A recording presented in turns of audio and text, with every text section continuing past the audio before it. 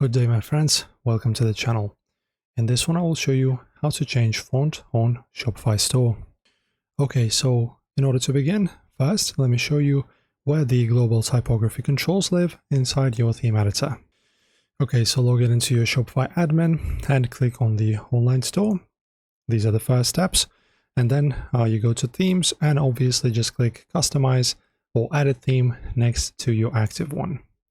And then guys, on this left sidebar, right over here, just choose theme settings right here.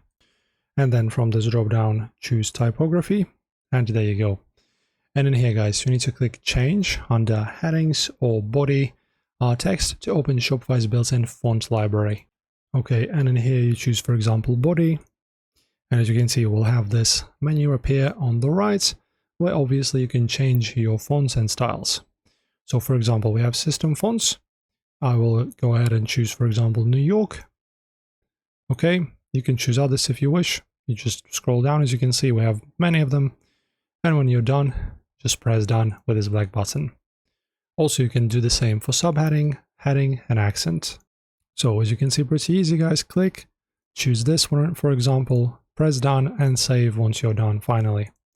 So as you can see, only a few clicks and you're good to go. Enjoy.